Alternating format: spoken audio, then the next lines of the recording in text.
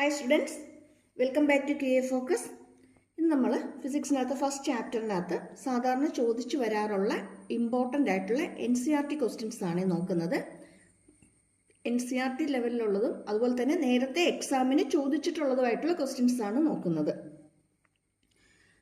CBSE സ്റ്റേറ്റും രണ്ട് സ്ട്രീമിലുള്ളവർക്കും important ആയിട്ടുള്ള questions തന്നെയാണ് ഡിസ്കസ് ചെയ്യുന്നത്.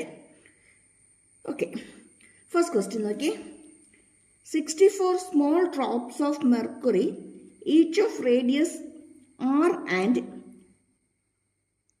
charges q, coalesces to form a big drop. Find the ratio of the surface charge density of small drop with that of the big drop. എന്താ question പറഞ്ഞിരിക്കുന്നത്? സാധാരണ NEET എക്സാമിനും കണ്ടുവരുന്ന question തന്നെയാണ് കേട്ടോ. NEET, JEE, KEAM ഇങ്ങനെയുള്ള entrance എക്സാമിനും സാധാരണ ഇതുപോലുള്ള questions വരാറുണ്ട്. എന്താ ചോദിച്ചിരിക്കുന്നത് നോക്കിയേ. 64 ചെറിയ ഡ്രോപ്സ് കമ്പൈൻ ചെയ്തിട്ട് ഒരു സിംഗിൾ ഡ്രോപ്പായിട്ട് മാറുകയാണ്. എല്ലാം ചാർജുള്ള ഡ്രോപ്സ് ആണ്. അപ്പം ചെറിയ 64 ഡ്രോപ്സ് കമ്പൈൻ ചെയ്തിട്ട് ചെറിയ ഡ്രോപ്സ് ഉണ്ട്. ഇതിൻ്റെ റേഡിയസ് നമുക്ക് തന്നിട്ടുണ്ട്. ഇതിൻ്റെ റേഡിയസ് എന്ന് പറയുന്നത് ഇങ്ങനൊരു 64 എണ്ണം ഉണ്ട്. 64 ഡ്രോപ്സ് ഉണ്ട് നമുക്ക്. ഇതിൻ്റെ റേഡിയസ് സ്മോൾ r ആണെന്ന് തന്നിട്ടുണ്ട്. ഇത് കമ്പൈൻ ചെയ്ത് ഒരു സിംഗിൾ ഡ്രോപ്പായിട്ട് മാറുകയാണ്.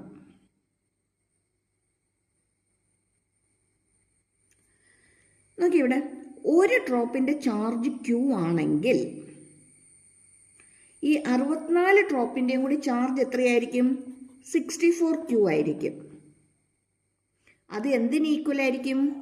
ഈ വലിയ ഡ്രോപ്പിൻ്റെ ടോട്ടൽ ചാർജിന് ഈക്വൽ ആയിരിക്കും. ഇത് 64 എണ്ണം ഉണ്ടെങ്കിൽ ഒരെണ്ണത്തിൻ്റെ ചാർജ് Q ആണെങ്കിൽ 64 × Q ആയിരിക്കും total charge of the small drops.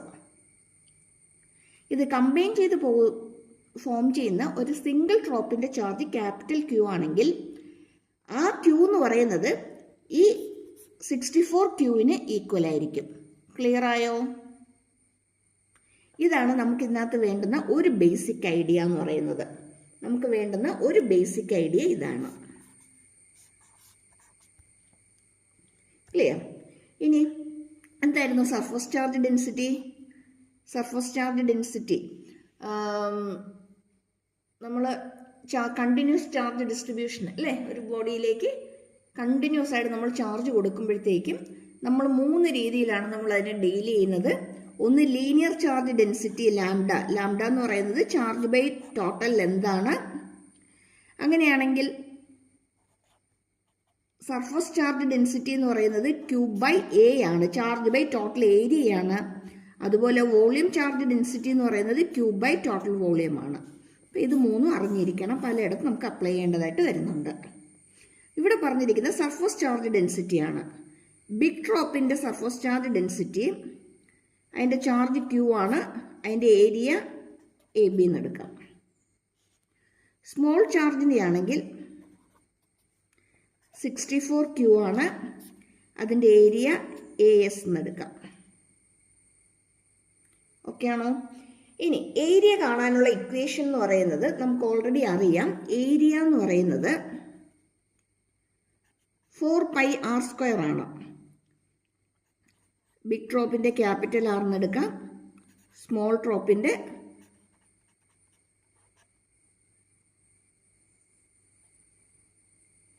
Small r എന്ന് എടുക്കാം. ഓക്കെ ആണോ? ക്യാപിറ്റൽ R² ഇതിൻ്റെ സ്മോൾ r² എന്ന് എടുത്തു. ഇനി നമുക്കിതിൻ്റെ റേഷ്യോ കിട്ടണമെന്നുണ്ടെങ്കിൽ ഈ ക്യാപിറ്റൽ ആറും സ്മോൾ ആറും തമ്മിലുള്ള റിലേഷൻ നമുക്ക് കിട്ടണം. ക്യാപിറ്റൽ ആറും സ്മോൾ ആറും തമ്മിലുള്ള റിലേഷൻ കിട്ടിയെങ്കിൽ മാത്രമേ നമുക്കിതിന് സിംപ്ലിഫൈ ചെയ്യാനായിട്ട് പറ്റത്തുള്ളൂ. അതിനാണ് നമുക്കിതിൻ്റെ സെക്കൻഡ് ക്ലൂ ഇതിനകത്ത് നമുക്ക് കിട്ടുന്ന. ഫസ്റ്റ് ഹിൻറ്റ് ഇതാന്ന് പറഞ്ഞു. സെക്കൻഡ് ഹിൻറ്റ് എന്ന് പറയുന്നത് ഈ 64 ഡ്രോപ്സ് കമ്പൈൻ ചെയ്ത് സിംഗിൾ ഡ്രോപ്പായിട്ട് മാറുമ്പം ഇത് രണ്ടിൻ്റെയും വോളിയം സെയിം ആയിരിക്കും. അതായത് 64 ഡ്രോപ്സിൻ്റെ വോളിയവും ഈ സിംഗിൾ ഡ്രോപ്പിൻ്റെ വോളിയവും സെയിം ആയിരിക്കും. അതാണ് നമുക്കിവിടെ വേണ്ടുന്ന സെക്കൻഡ് ഐഡിയ എന്ന് പറയുന്നത്. അങ്ങനെയാണെങ്കിൽ 64 into small V is equal to capital V.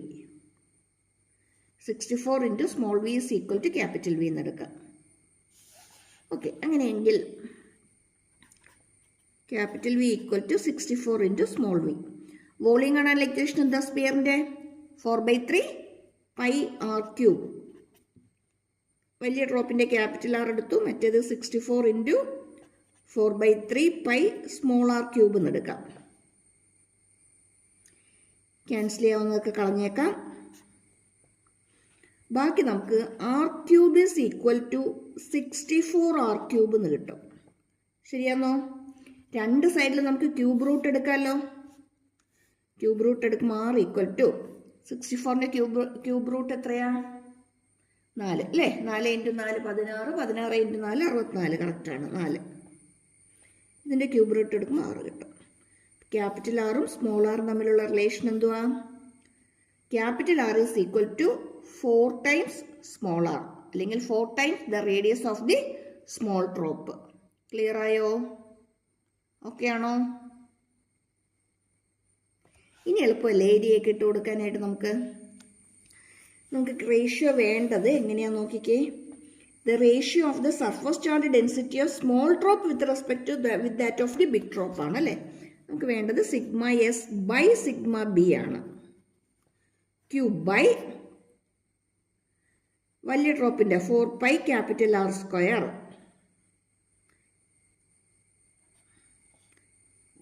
Sorry വലുതല്ല ചെറുതാണല്ലേ, സിഗ്മ എസ് സ്മോൾ ആണ്, സ്മോളിൻ്റെ ആണ്, സ്മോൾ ആർ സ്ക്വയർ ബൈ, ഇനി സോറി ഇത് എഴുതിയ തെറ്റിപ്പോയി അല്ലേ, സ്മോൾ ക്യൂ ക്യാപിറ്റൽ ക്യൂ അല്ല സ്മോൾ ക്യൂയേ വരുള്ളൂ. ഓക്കെ, അതങ്ങ് വിട്ടേക്കാം.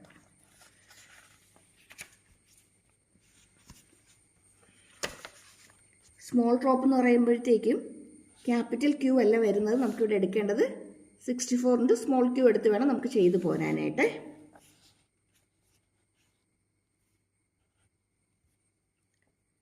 Sigma S by sigma B equal to 64 Q by, ഇനി സ്മോൾ ഡ്രോപ്പിൻ്റെ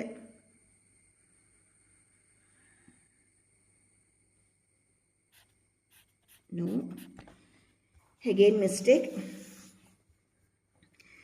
just നോക്കിയേ. Find the ratio of the surface charge density of small drop with respect to that of big drop എന്നാണ്. ഒരു ഡ്രോപ്പിൻ്റെ കാര്യം മാത്രമേ നമ്മൾക്ക് ചോദിച്ചിട്ടുള്ളൂ, 64 ഡ്രോപ്പിൻ്റെ കാര്യവും ചോദിച്ചിട്ടില്ല. ഒരു ഡ്രോപ്പിൻ്റെ കാര്യവും ചോദിച്ചിട്ടുള്ളൂ. ഞാൻ എഴുതിയപ്പോൾ എന്താ മിസ്റ്റേക്ക് വന്നതെന്നുള്ളത് ക്ലിയർ ആയോ? അതായത് 64 ക്യൂ നമുക്ക് എടുക്കേണ്ട കാര്യമില്ല. എന്ത് മാത്രം എടുത്താൽ മതി? ഒരു ഡ്രോപ്പിൻ്റെ കാര്യം മാത്രം നമ്മൾ കൺസിഡർ ചെയ്താൽ മതി. അപ്പോൾ ക്യൂ മാത്രം മതി. By 4 pi R square by വലിയ ഡ്രോപ്പിൻ്റെ എടുക്കുമ്പം capital Q by 4 pi R square.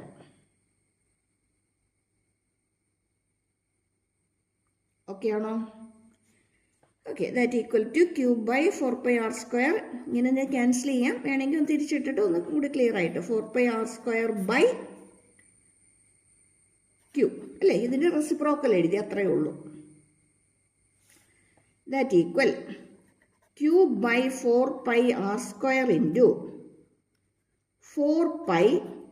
ഈ ആറിന് പകരം, അതായത് ക്യാപിറ്റൽ ആറിന് പകരം എനിക്കിവിടെ എന്ത് കൊടുക്കാം? 4R കൊടുക്കാം അല്ലേ, ശരിയല്ലേ?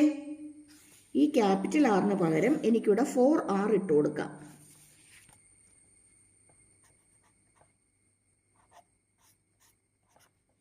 ക്യാപിറ്റൽ ആർ സ്ക്വയറിന് പകരം 4 into small R whole square by Q എന്ന് പറയുന്നത് 64 ക്യൂവിന് ഈക്വൽ അല്ലേ. അപ്പം ഇവിടെ ആര് വരും? 64 ക്യൂ വരും. ക്യാൻസൽ ചെയ്യാവുന്നൊക്കെ കളയാം.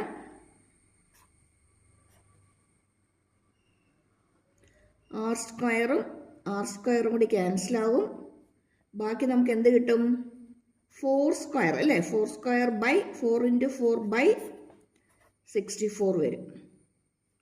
That is 1/4 4.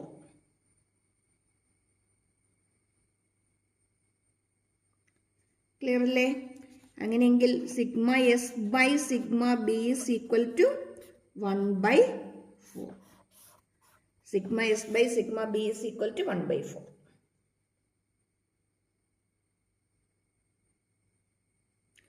ക്ലിയർ ആയോ?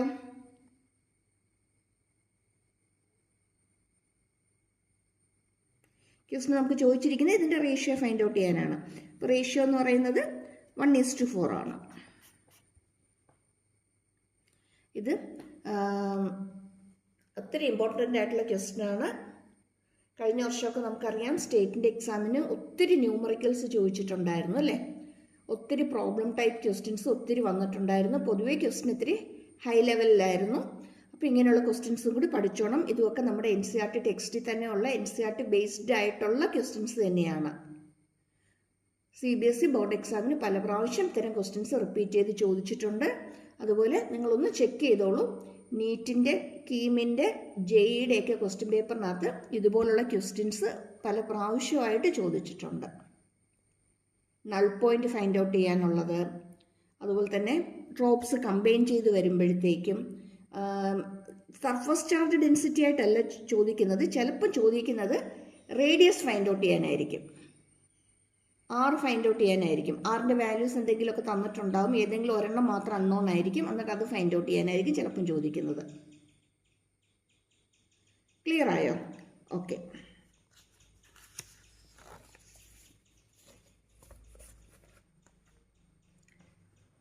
നെക്സ്റ്റ് ക്വസ്റ്റ്യനും NCERT ടെക്സ്റ്റിൽ തന്നെയുള്ള ക്വസ്റ്റ്യൻ കേട്ടോ. Find out the electric flux through A cube of side A if a charge Q is placed at the corner of the cube. ഇത് സാധാരണ MCQ type question ആണ്. 1 mark question ആയിട്ട് നമ്മുടെ state എക്സാമിനാണെങ്കിലും mark split ചെയ്ത് വരുമല്ലോ, 1 mark 2 mark അങ്ങനെ ഒരു 4 mark ക്വസ്റ്റ്യനൊക്കെ വരുന്നതിൻ്റെ കൂട്ടത്തിൽ ചോദിക്കാറുള്ളതാണ്. CBSEക്ക് MCQനകത്ത് വരുന്ന ക്വസ്റ്റ്യൻ ആണ്. ശരിക്കും ഇത് ഫ്ലക്സ് ഫൈൻഡ് ഔട്ട് ചെയ്യാനാണ്. ഗോസ് ലോയുടെ ആപ്ലിക്കേഷനായിട്ട് വരുന്ന ക്വസ്റ്റ്യൻ ആണ്. ഗോസ് ലോയുടെ ആപ്ലിക്കേഷനായിട്ട് വരുന്ന ക്വസ്റ്റ്യൻ ആണ്. എന്താ ഗോസസ് ലോ പറയുന്നത്? Before that, what is electric flux? Electric flux is the total number of feed lines passing normally through the given surface അല്ലേ? തന്നിരിക്കുന്ന സർഫസിൽ കൂടി നോർമലായിട്ട് പാസ് ചെയ്യുന്ന ഒരു സർഫസ് നമ്മൾ എടുത്തു കഴിഞ്ഞാൽ ആ സർഫസിന് പെർപെൻഡിക്കുലർ ആയിട്ട് പാസ് ചെയ്യുന്ന ഇലക്ട്രിക് ഫീഡ് ലൈൻസിന്റെ എണ്ണത്തിനെയാണ് എന്ത് പറയുന്നത്? ഇലക്ട്രിക് ഫ്ലക്സ് എന്ന് പറയുന്നത്. Electric flux phi is equal to EdS cos theta അല്ലെങ്കിൽ E dot ds.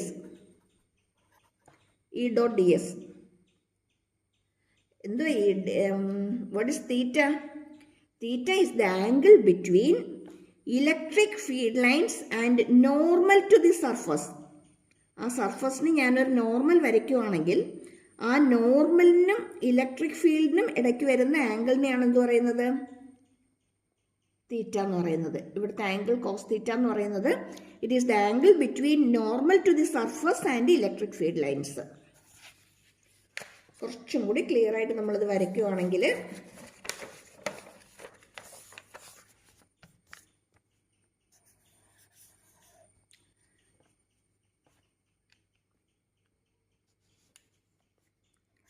സർഫസിൻ്റെ നോർമൽ ഇതാണ്, ഇലക്ട്രിക് ഫീൽഡ് ലൈൻസ് ഇതാണെങ്കിൽ ഇതിനിടയ്ക്ക് വരുന്ന ആംഗിളിനെയാണ് എന്തെന്ന് പറയുന്നത്? തീറ്റ.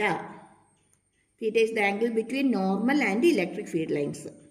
ഇനി ഇലക്ട്രിക് ഫീൽഡ് ലൈൻസ് പെർപെൻഡിക്കുലർ ആയിട്ടാണ് പാസ് ചെയ്യുന്നതെങ്കിലോ ഇതിനിടയ്ക്ക് വരുന്ന ആംഗിൾ എന്തായിരിക്കും? 0 അല്ലേ? കോസ് 0യുടെ value 1. That means flux is maximum EdS. ഇനി തീറ്റ 90 ഡിഗ്രി വന്നാലോ?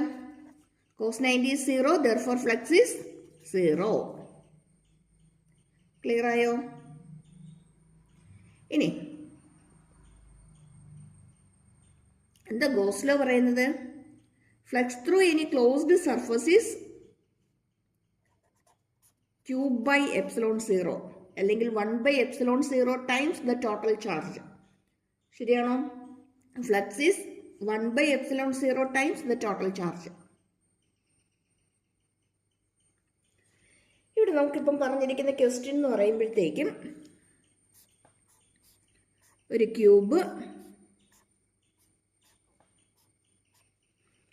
ക്യൂബിൻ്റെ ഒരു കോർണറിൽ ഒരു ക്യൂബ് നമ്മളെടുത്തു. ആ ക്യൂബിൻ്റെ ഒരു കോർണറിലായിട്ട്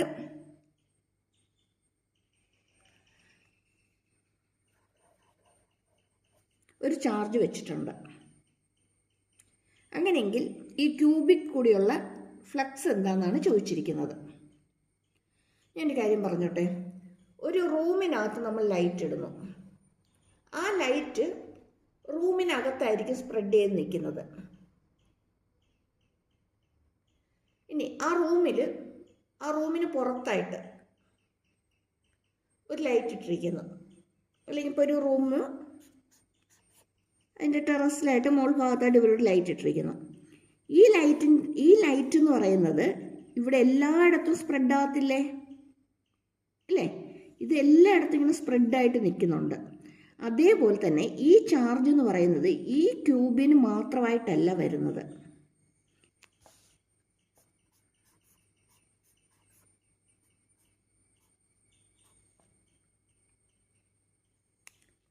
ഇവിടെ ഒരു ചാർജ് ഇരിക്കുന്നു.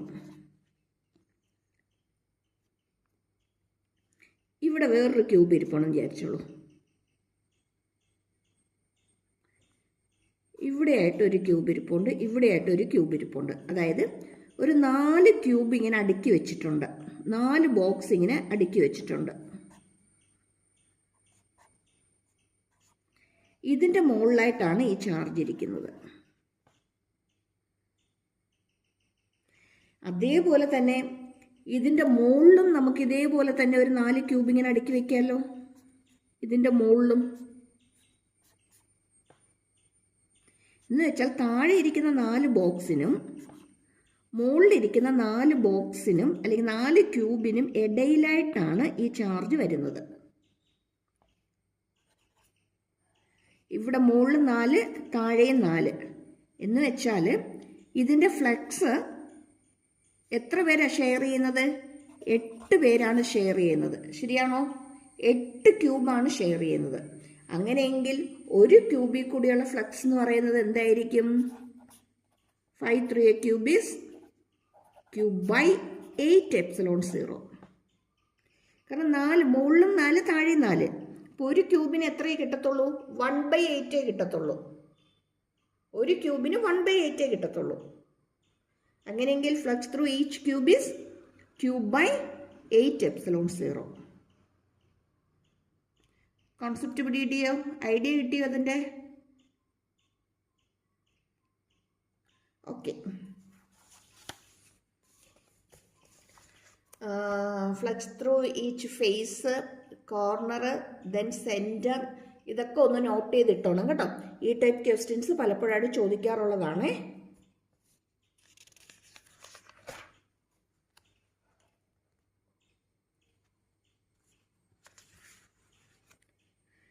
Next one, okay. The electrostatic force on a small sphere of charge 0.4 microcoulomb due to another sphere,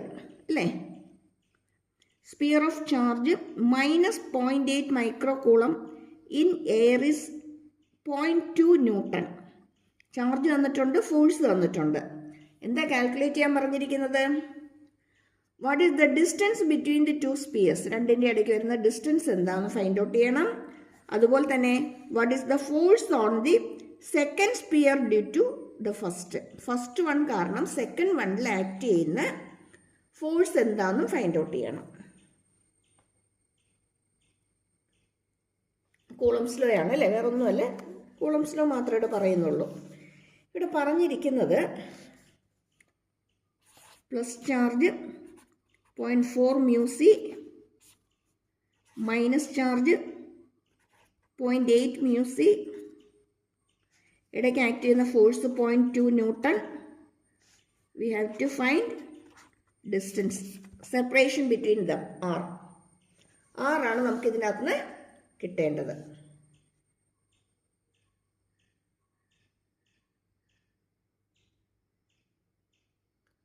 clear ആയോ? നോക്കാം.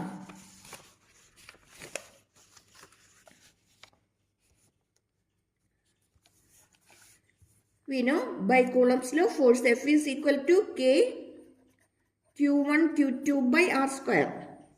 അങ്ങനെയെങ്കിൽ R square equal to K Q1 Q2 by F. ഇത്രയല്ലേ ഉള്ളൂ.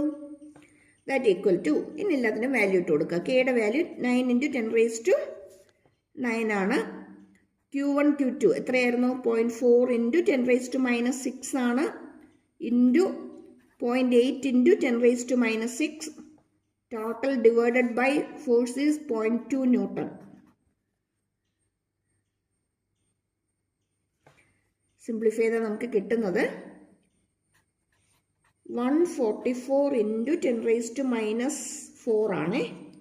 144 × 10⁻4 ചെക്ക് ചെയ്തോണം കേട്ടോ. 144 16 16 9.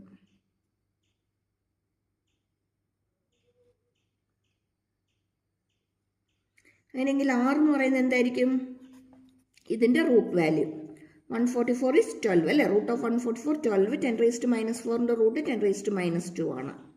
അത്രയും മീറ്റർ ആയിരിക്കും.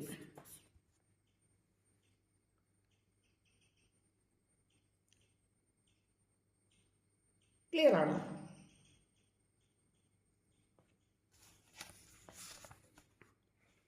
അടുത്ത പാർട്ട് എന്താ ചോദിക്കുക? What is the force on the second sphere due to the first one? അതായത് കൂളംസ് ലോ എന്ത് ഒബേ ചെയ്യുന്നുണ്ട്? ന്യൂട്ടൺസ് തേർഡ് ലോ ഒബേ ചെയ്യുന്നുണ്ട് അല്ലേ? Coulombs law is in accordance വിത്ത്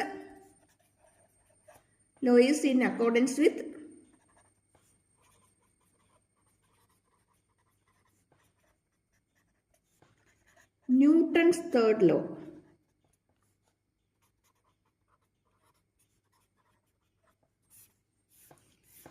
ഇങ്ങനെ വരുന്ന ക്വസ്റ്റ്യൻ ബേസ് ചെയ്തുള്ള വീഡിയോസ് നേരത്തെ അപ്ലോഡ് ചെയ്തിട്ടുണ്ട്. അതുകൊണ്ടാണ് വീണ്ടും വീണ്ടും റിപ്പീറ്റ് ചെയ്യാത്തത്.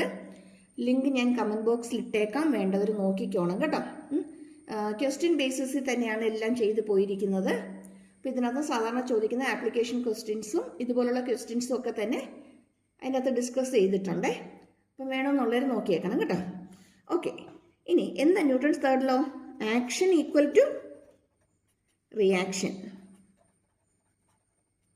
എന്ത് മാത്രമേ ചേഞ്ച് ആകത്തുള്ളൂ? ഡയറക്ഷൻ അല്ലേ?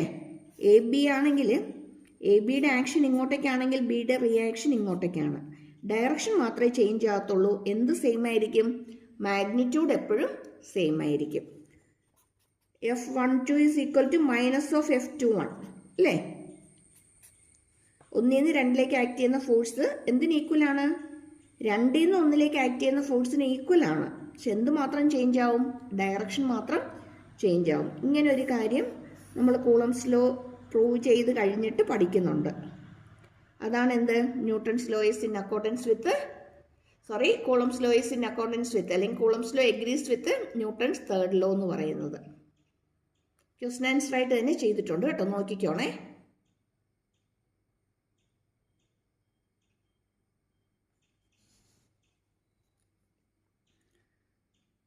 ഓക്കെ, അങ്ങനെയാണെങ്കിൽ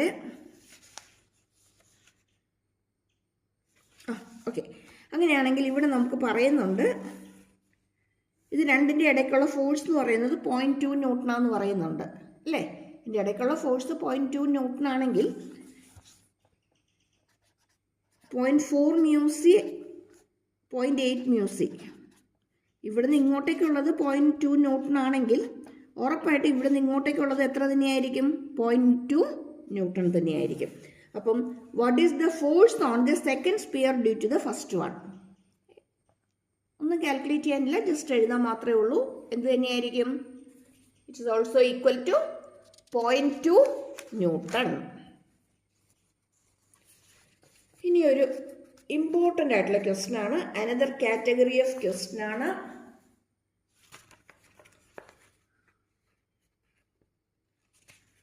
പ്രോബ്ലം സെക്ഷനിൽ വരുന്ന ക്വസ്റ്റ്യൻ ആണ്. ഒരു 4 മാർക്ക് 3 മാർക്ക് റേഞ്ചിലൊക്കെ വരുന്ന ക്വസ്റ്റ്യൻ തന്നെയാണ്. അതുപോലെ എൻട്രൻസ് എക്സാമിനും ഇമ്പോർട്ടൻ്റ് ആയിട്ടുള്ള ക്വസ്റ്റ്യൻ ആണ്. 3 charges 1 microcoulomb, 2 microcoulomb and 1 microcoulomb are kept at the 3 vertices of an equilateral triangle of side 10 centimeter. Calculate the resultant force on the charge 2 microcoulomb. Just ഒന്ന് ഇവിടെ വായിച്ചു നോക്കിക്കേ.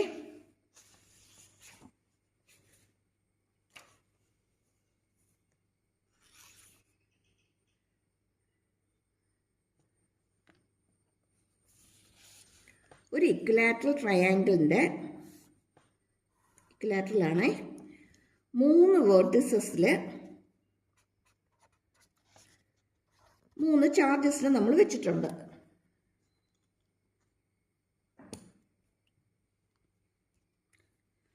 Okay, ഈ ചാർജിൽ ആക്ട് ചെയ്യുന്ന total force എന്താണെന്നാണ് question.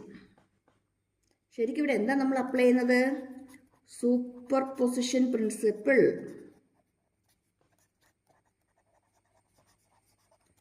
നേരത്തെ video ചെയ്തിട്ടുണ്ട്. ഒരു ലാസ്റ്റ് വീഡിയോയ്ക്കകത്ത് നമ്മളിത് ഡീറ്റെയിൽ ആയിട്ട് നമ്മൾ പറഞ്ഞിട്ടുണ്ട്. ലിങ്ക് ഇട്ടേക്കാൻ നോക്കാൻ മറക്കണ്ട കേട്ടോ. ഇവിടെ 1 മൈക്രോകൂളം കാരണം ആക്ട് ചെയ്യുന്ന ഫോഴ്സ് F1 എന്ന് എടുക്കാം. പോസിറ്റീവ് ചാർജ് ആണല്ലേ, ഫീൽഡ് ലൈൻസ് എപ്പോഴും പുറത്തേക്ക് തന്നെയായിരിക്കും. ഇനി ഇത് കാരണം ആക്ട് ചെയ്യുന്ന ഫോഴ്സും F2 എന്ന് എടുക്കാം, അതും പുറത്തോട്ട് തന്നെയായിരിക്കും. സൂപ്പർപോസിഷൻ പ്രിൻസിപ്പിൾ എന്താ പറയുന്നത്? It is the vector some of the all the forces acting on the charge 2 മൈക്രോകൂളം അല്ലെ. ടോട്ടൽ ഫോഴ്സ് എന്ന് പറയുന്നത് ഇതിനകത്ത് ആക്ട് ചെയ്യുന്ന എല്ലാ ഫോഴ്സിന്റെയും വെക്ടർ സമ്മിന് ഈക്വൽ ആയിരിക്കും. അപ്പോൾ ഇവിടെ നമുക്ക് 2 ഫോഴ്സ് ആക്ട് ചെയ്യുന്നുണ്ട്, F1 ആക്ട് ചെയ്യുന്നുണ്ട്, F2 ആക്ട് ചെയ്യുന്നുണ്ട്. ഇതിന്റെ വെക്ടർ സം ആയിരിക്കും ഇതിനകത്ത് ആക്ട് ചെയ്യുന്ന ടോട്ടൽ ഫോഴ്സ് എന്ന് പറയുന്നത്. ക്ലിയർ? സൈഡ് 10 സെന്റിമീറ്റർ ആണ്. ഇക്വിലാറ്ററൽ ട്രയാങ്കിൾ എന്ന് പറയുന്നുണ്ട്. ഇത് 60 ഡിഗ്രി ആണെങ്കിൽ ഇതും എത്ര തന്നെയായിരിക്കും? 60 ഡിഗ്രി ആയിരിക്കും. പാരലോഗ്രാം ലോ വെച്ചിട്ട് F equal to root of F1 square plus F2 square plus 2F1 F2 cos theta. Here it is cos 60. Clear ആയോ?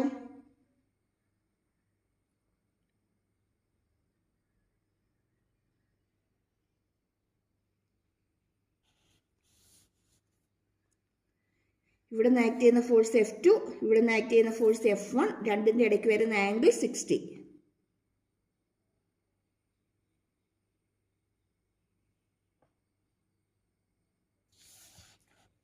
ഫിഗർ വേണമെങ്കിൽ ഒന്നും കൂടി തന്നേക്കാം. ഇത് 60 ഡിഗ്രി, 1 മ്യൂസി 1 മ്യൂസി, ഇവിടെ 2 മ്യൂസി വരും. ഇത് കാരണം ആക്ട് ചെയ്യുന്ന ഫോഴ്സ് F1, ഇവിടെ നിന്ന് വരുന്ന ഫോഴ്സ് F2. ഇവിടെ 60 ആണെങ്കിൽ ഇത് 60. അത്രയും ക്ലിയർ ആയോ? ഇനി ഇവിടെ രണ്ടും ഒരേ ചാർജ് തന്നെയല്ലേ. ഇതിൻ്റെ ഇടയ്ക്ക് ആക്ട് ചെയ്യുന്ന ഫോഴ്സ് എന്ന് പറയുന്നത് 1 2 മൈക്രോകൂളംസിന് ഇടയ്ക്ക് ആക്ട് ചെയ്യുന്ന ഫോഴ്സാണ് F1. അതുപോലെ F2 എന്ന് പറയുന്നതും ഈ 1നും ഈ 2നും ഇടയ്ക്ക് ആക്ട് ചെയ്യുന്ന ഫോഴ്സാണ്. 1 and 2 മൈക്രോകൂളമിന് ഇടയ്ക്ക് ആക്ട് ചെയ്യുന്ന ഫോഴ്സ് തന്നെയാണ്.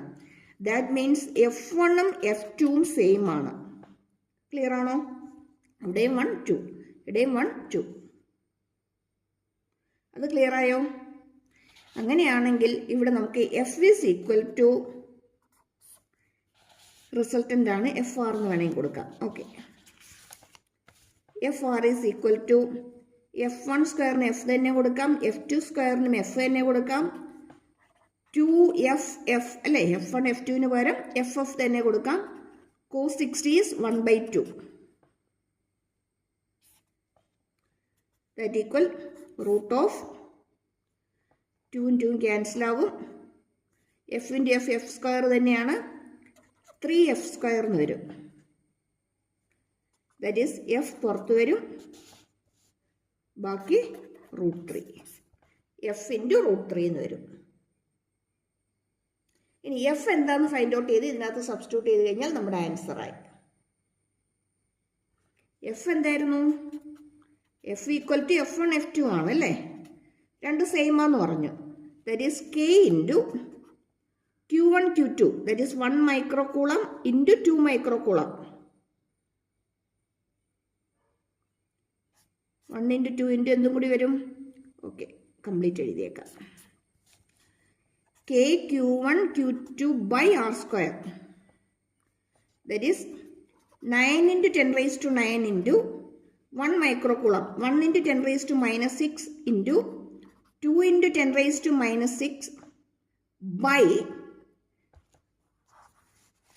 distance is 10 centimeter, that is 10 into 10 raised to minus 2 meter, that square. ഇത് സിംപ്ലിഫൈ ചെയ്ത് നമ്മുടെ ആൻസറായി. ഇത് സിംപ്ലിഫൈ ചെയ്യുമ്പോൾ കിട്ടുന്നത് 1.8 ന്യൂട്ടൺ. ചെക്ക് ചെയ്തോണം കേട്ടോ, 1.8 newton. Then what is the resultant force FR? FR is equal to F into √3. That is 1.8 into √3 is 1.73. Around 3.12 newton വരുവേ. 3.12 newton. Clear ആയോ? Okay, അപ്പോൾ ഇനി ഇതുപോലുള്ള ക്വസ്റ്റ്യൻസ് ഒക്കെ ആയിട്ട് നമുക്ക് നെക്സ്റ്റ് വീഡിയോയിൽ കാണാം. Thank you for watching. Once again, ആദ്യമായിട്ട് കാണുന്നവരും സബ്സ്ക്രൈബ് ചെയ്യാത്തവരും സബ്സ്ക്രൈബ് ചെയ്യാൻ മറന്നു പോരുതേ. ഫ്രണ്ട്സിനൊക്കെ ഒന്ന് ഷെയർ ചെയ്യാനും ഒരു like and support. Okay, thank you.